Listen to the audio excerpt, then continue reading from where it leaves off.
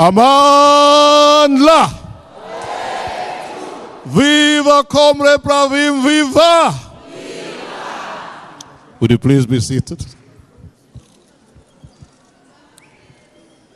As Comrade Barbara Hogan famously said on Saturday,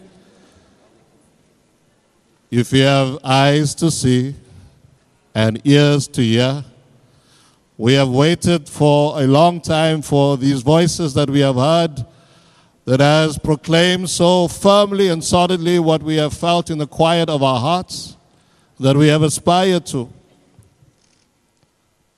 In one of the Hebrew scriptures it is said, for a time such as this, and it's a word of Mordecai to Esther, as she has been sought to be the queen of the reigning king. For the time such as this, and it is such a time that we have been blessed with many voices that have sounded the old songs of freedom and have spoken the firm truths that Jeremy so solidly proclaimed. And it is really with grateful hearts and keen spirits that we come together and to listen to our comrade Pravin Gordhan at this point. Please welcome him.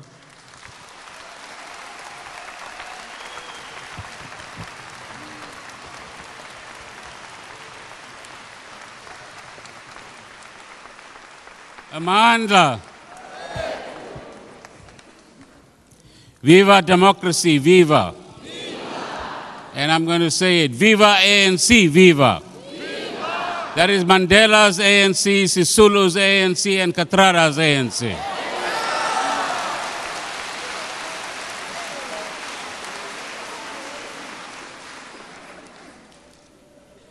The Most Reverend Weeder, thanks for bringing us together here today, because I can see that once again in Cape Town, the spirit of the UDF is alive.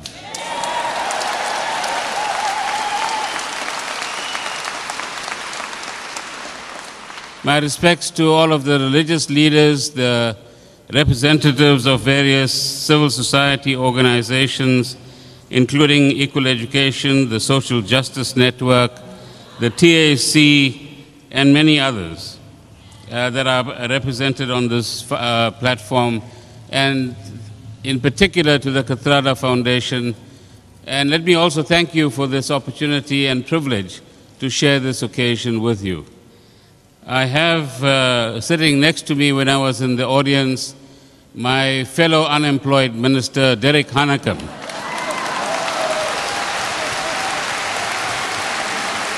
Stand up.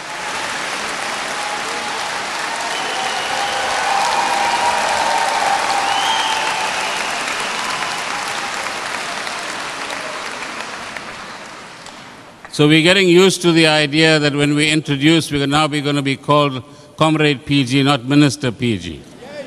It's about 6 days down the line, so give us a few more days to get used to it. But I also want to take this opportunity to pay tribute to my colleague, Deputy Minister Jonas,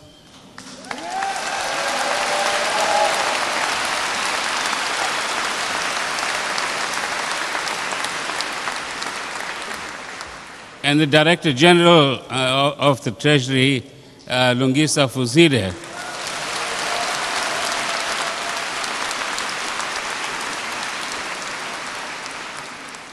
It's been a tough 15 months that we've been through.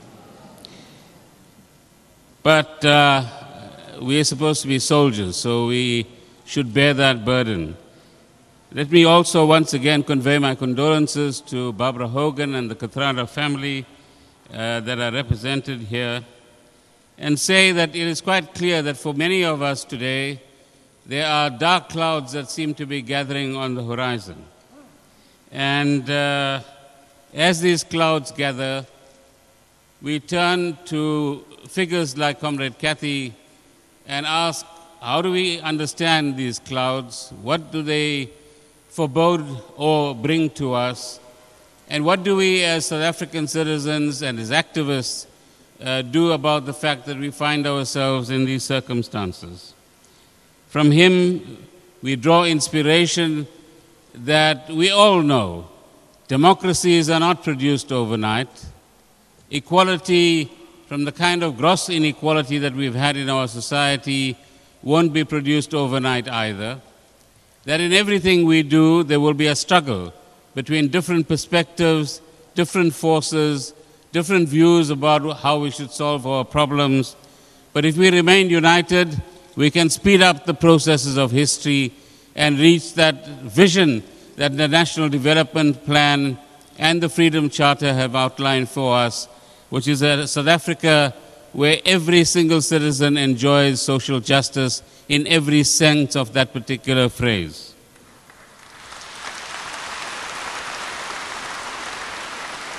So today we pay tribute to and celebrate Ahmed Kathrada for his principled politics, because principled politics is what we've all got to either start believing in or learning about or becoming a lot more familiar with, because politicians and principles sometimes, or more often than not, don't go together anywhere in the world.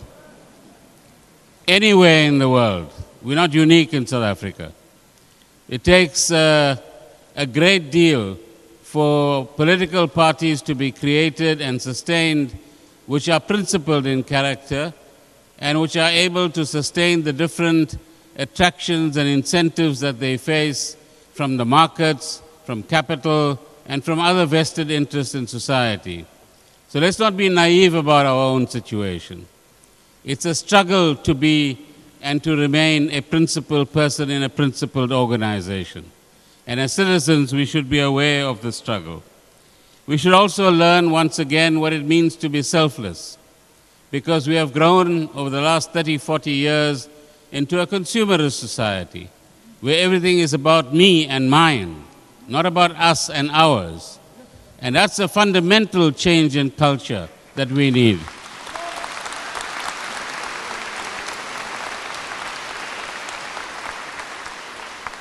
Comrade Kathy gave his life to South Africa. In today's terms, we will call it public service. And public service is absolutely key, both in civil society and in government. But we need to enrich that public service, as I think one of our religious leaders said, with a servant leadership mindset. Not where, because we occupy office or because we enjoy a title, we enjoy the right to abuse the power that comes with that title.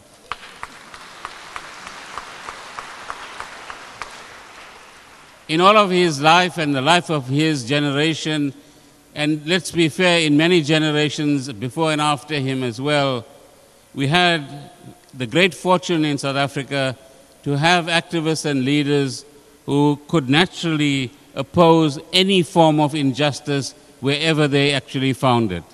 And it's a tradition that we as the next and future generations, particularly the young people amongst us, need to continue, because it's going to be a long, hard 20 or 30 years before we produce the kind of South Africa that we all dream of. But above all, Comrade Kathy was a Democrat, and you heard many speak about that. And practicing democracy is different from preaching democracy. Practicing democracy means that in every situation one finds oneself, one remembers the democratic values of consultation, of listening to different views, tolerating different views, even if we disagree with them, and debating those different views so that we can arrive at the optimal kind of consensus that we would seek. But in our kind of context, democracy also means respecting our Constitution, respecting the goals that we've set in our Constitution to create a democratic, non-racial, non-sexist South Africa. And to do so, we need to practice those values on an everyday basis and incrementally get to that point. Non-racialism is a major focus of the Kathrada Foundation. In politics, as in other things as well, one of the easiest things to do when you are in trouble, so to speak, is to start mobilizing on the basis of ethnicity and chauvinism. And that temptation seems to be at the doorstep in South Africa for some. And that is a tendency that we must fight with great vigor, as Ahmed Kathrada would have fought.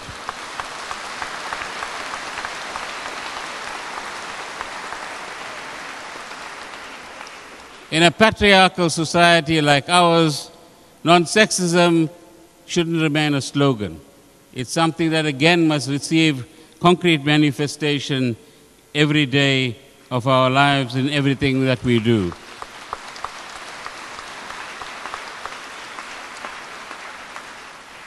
Ahmed Kathrada's mission, if you like, in life was to ensure that we had political justice, freedom and democracy, was to ensure that in some form we would enjoy economic emancipation and have a new form of social cohesion, with the ANC providing the leadership that it has provided historically in South Africa. He also knew that to get to those goals, there would have to be a sustained activism on his part and today on our part as South Africans. He also knew that a bunch of activists or a few activists cannot bring about social and political and economic change. That activism has to be rooted amongst the people of South Africa at the end of the day. Otherwise, we as activists become elitist in our own right. So it is the roots that we sink in our society, the explanations that we are able to offer our people, the new consciousness that we create amongst them in, as many speakers have said just now, connecting the dots that will enable and empower people to understand the environment they find themselves in so that they can truly become agents of change. I'm sure you have a stationery shop near you somewhere. And you know, the little kids, they have these drawing by dots. So start drawing by dots. Try and connect the different events that are going on in our society and indeed in the world today. And ask ourselves, what does that picture represent? And I think Jeremy Cronin did a brilliant job of conveying what those dots are, what they look like when they are connected, how foreboding they are, but also Ahmed Kathrada would say, that's fine, as foreboding as they are, we shall indeed overcome that picture that emerges.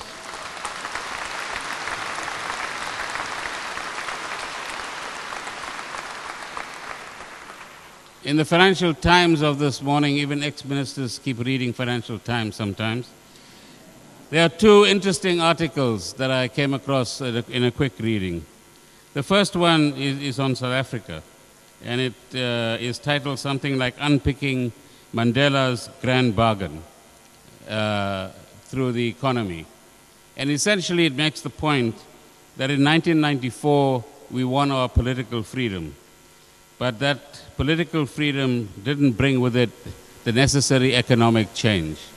And so today we remain a hugely unequal society, probably the most unequal society in the world. And that liberation did not bring economic emancipation.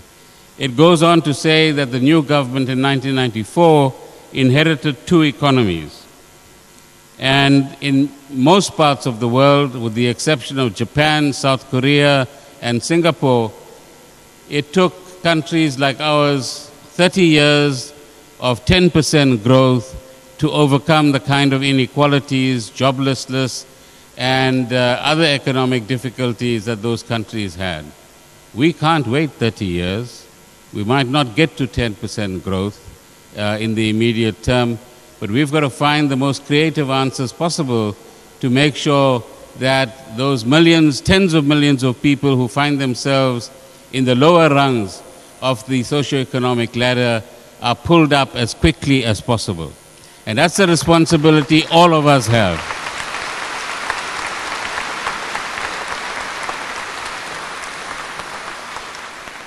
So whilst radical economic transformation has become a useful populist slogan, there's a bit of truth in it.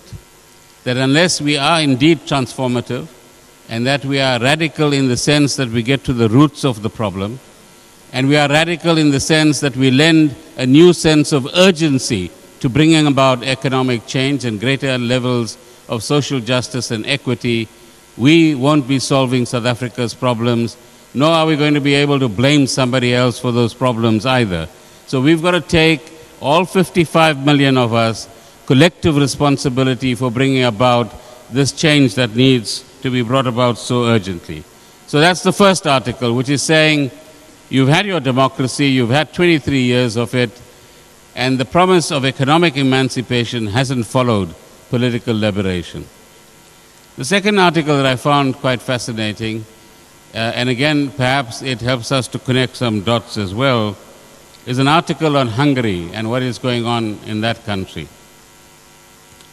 It says that since 2010, there's been a retreat from a democratic plurality and a system of tolerance, if you like, or a culture of tolerance, to one where NGOs are under attack, its leading newspaper is in fact banned, and everything is blamed on people in the country being linked to Western intelligence agencies.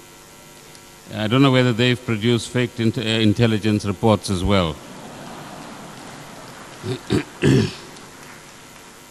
You now have legislation in Hungary which has taken control of the Constitutional Court and what we would call the public protector. Here is a country where the progressives or the left, which I'm sure is the constituency I have around me on the platform, find themselves divided, demoralized, withdrawing from political activity, and in fact inequality in Hungary is climbing, and professionals and the middle class is looking for a way of emigrating from that country.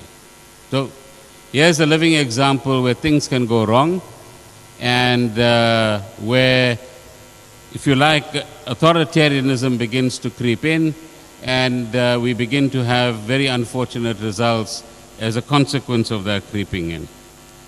Kathy, or Uncle Kathy, or Comrade Kathy would say, in this kind of environment, you and ourselves and us as a society have a crucial responsibility. Attend to the problems of inequality with a far greater urgency. Otherwise, you will have a situation that we can see the beginnings of. The abuse of the plight of ordinary poor people through populist slogans for the benefit of the few. That's what's going to happen.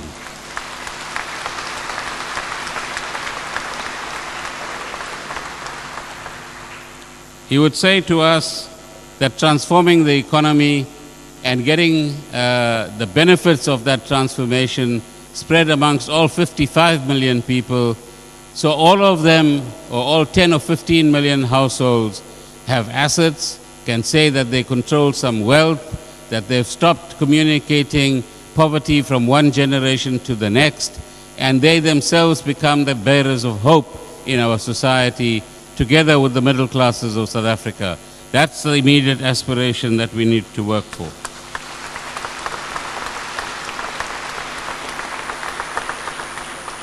Kathy would say to us that social justice can't remain a concept for the clergy or for the religious or for the morally upright.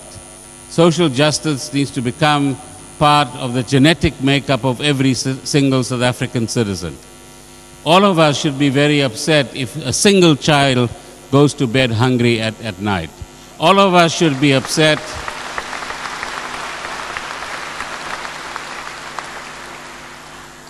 if children still study under trees when we know that there is money available in today's budget to have schools built.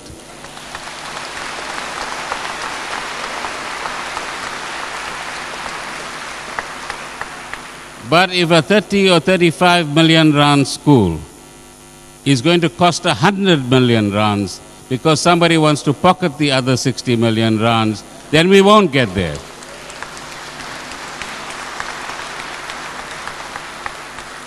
So our first task is, let's lift people out of poverty.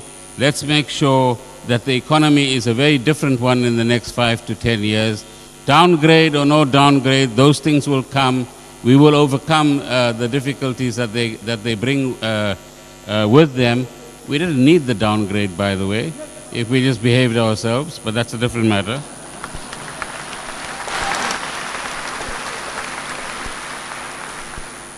The second category of issues that Comrade Kathrada would ask us to address, which many of the speakers have referred to, is focus the attention of millions more people on the abuse of state institutions for the wrong purposes.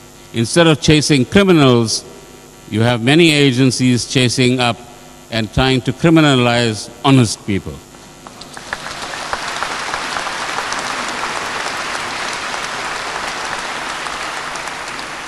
In fact, we're running the risk in South Africa that honest people don't want to participate in government institutions any longer.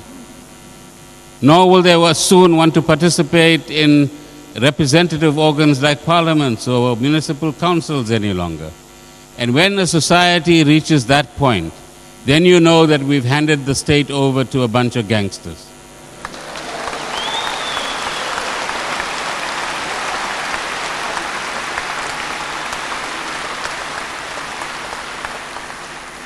Professor Paul Collier will be known to some of you as an economist from Oxford University. He's done a study of low-income countries and what happens to democratic institutions in those countries when at various types, let's call it very politely, vested interests begin to penetrate the state, take over the state, and begin to marginalize the good people in society who then say, thank you, I'm not available to serve the public. I'd rather leave it to the other elements to actually do so. We're not there yet. Let us not get there.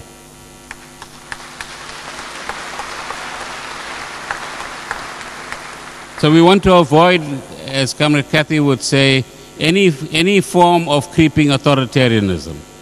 Because for our democracy to survive, we must make sure that democratic institutions act as the necessary checks and balances as they have currently been doing, and that somehow the separation of powers, although they get blurred from time to time, has acted as a very important check and balance in our society. And as many have pointed out already on the platform, it's because of the courts that 17 million people can today receive their grants in the past week.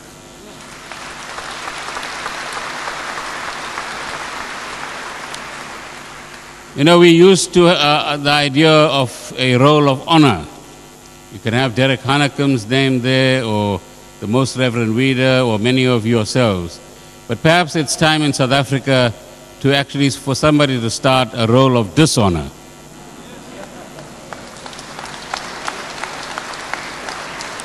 So that we can publicly understand who are the people or organizations that are working against the interests of 55 million people.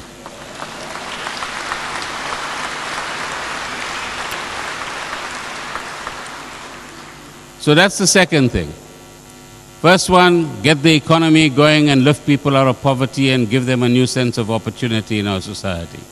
The second task that Comrade Kathrada leaves us with, as I said, is let's stop the wrong things that are happening in our society so that we can all promise our children a better life.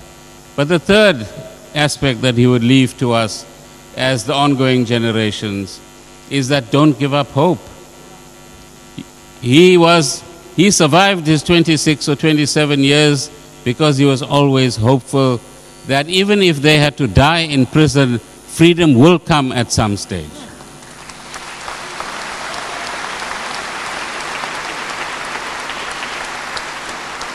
Even as they were released in 1989 and 1990, and through CODESA 1 and CODESA 2, it was very clear that the National Party wasn't going to hand over power to the ANC or to democratic forces. Mr. Mandela and his associates and the ANC and their allies were very hopeful and clear that democracy will thrive eventually, and we live in that democracy today. They were hopeful that the people of South Africa will never forget what democracy means and what it takes to lose it, but more importantly, what will it take to defend it? And that's the hope that we must carry with us into the future.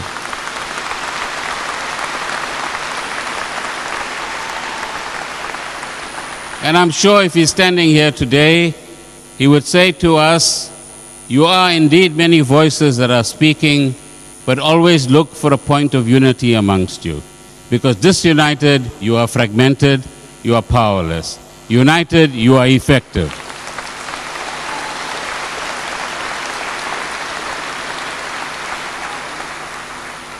He would say to you, don't remain an elitist group of activists. Go and reach out to people at a street-by-street level and connect the dots for ordinary South Africans so that they can be participants in history. Go ahead.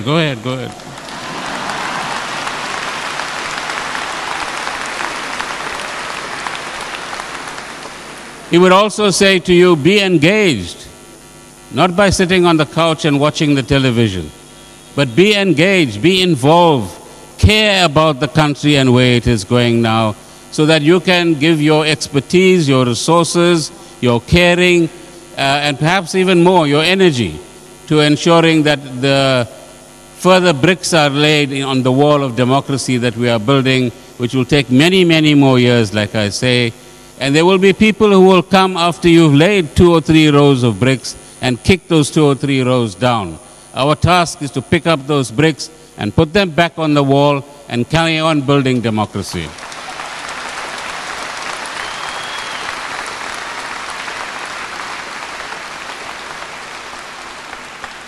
Eddie Daniels finally spoke about the 3 saints that he met, Mandela, Sisulu, and Kathrada.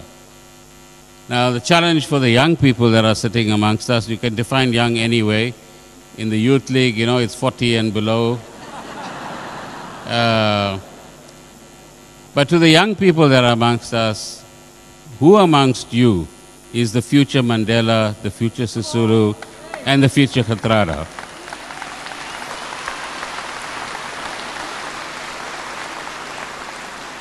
Because we've got to reproduce ourselves. We've got to reproduce the Kathradas of the world. We've got to reproduce the spirit of the Kathradas of the world in order that it can sustain us, even if there are dark clouds around us, and remain hopeful that we will pass the dark clouds, we will go beyond the current many crises that we face, and we will be able to deliver to South Africans for ourselves a much better, democratic, non-racial, and non-sexist South Africa.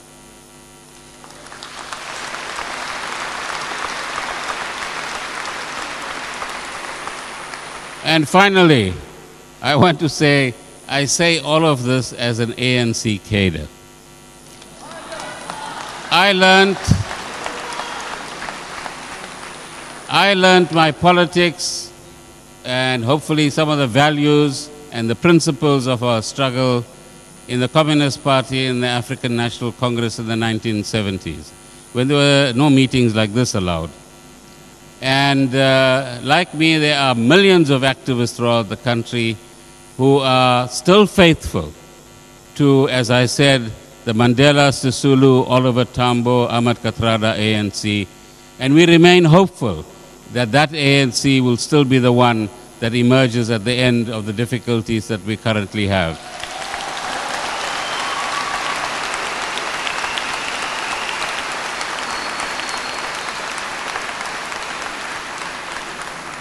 So once again, thank you very much. Amandla.